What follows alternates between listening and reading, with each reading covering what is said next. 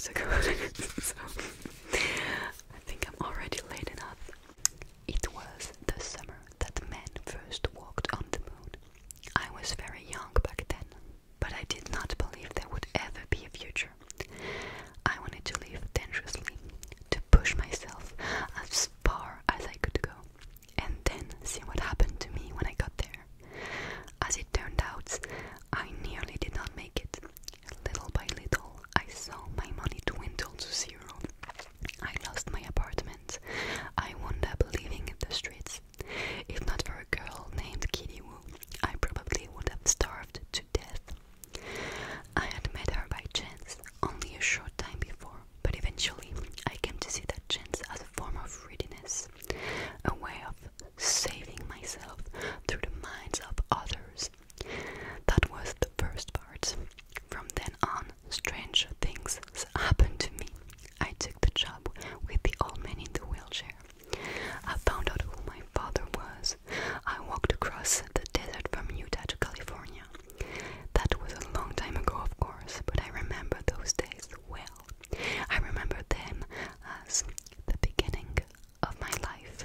I came to New York in the fall of 1969. I was 18 years old then, and for the first 9 months I lived in a college dormitory. All out of town freshmen at Columbia were required to live on campus, but once the term was over, I moved into an apartment on West 112th Street. That was where I lived for the next 3 years, right up to the moment when I finally hit bottom. Considering the odds against me, it was a miracle I lasted as long as I did. I lived in that apartment with over 1,000 books. They had originally belonged to my uncle Victor, and he had collected them slowly over the course of about 30 years. Just before I went off to college, he impulsively offered them to me as a going-away present. I did my best to refuse, but Uncle Victor was a sentimental and generous man, and he would not let me turn him down. I have no money to give you, he said, and not one word of advice. Take the books to make me happy. I took the books, but for the next year and a half, I did not open any of the boxes they were stored in. My plan was to persuade my uncle to take the books back, and in the meantime, I did not want anything to happen to them. As it turned out, the boxes were quite useful to me in that state.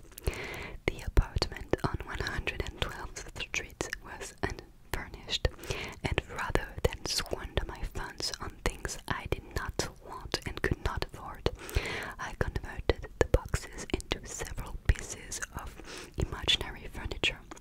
It was a little like working on a puzzle, grouping the cartons into various modular configuration, lining them up in rows, stacking them on top of another, arranging and rearranging them until they finally began to resemble household objects. One set of the 16 served as the support for my mattress. Another set of 12 became a table.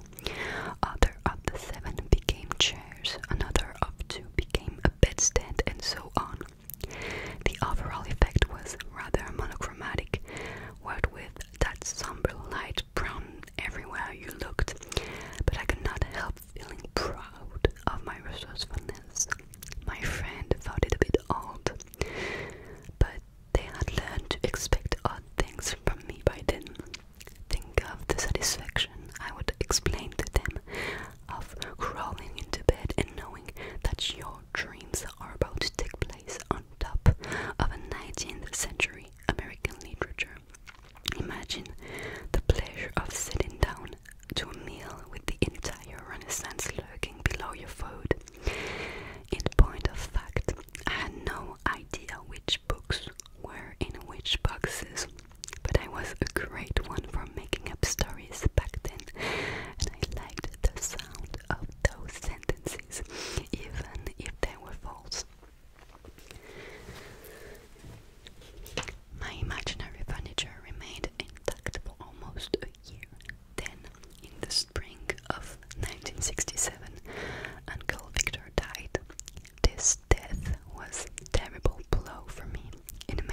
days.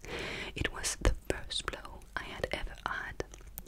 Not only was Uncle Victor the person I had loved most in the world, he was my only relative, my one link to something larger than myself. Without him, I felt bereft, utterly scorched by fate. If I had been prepared for his death somehow, it might have been easier.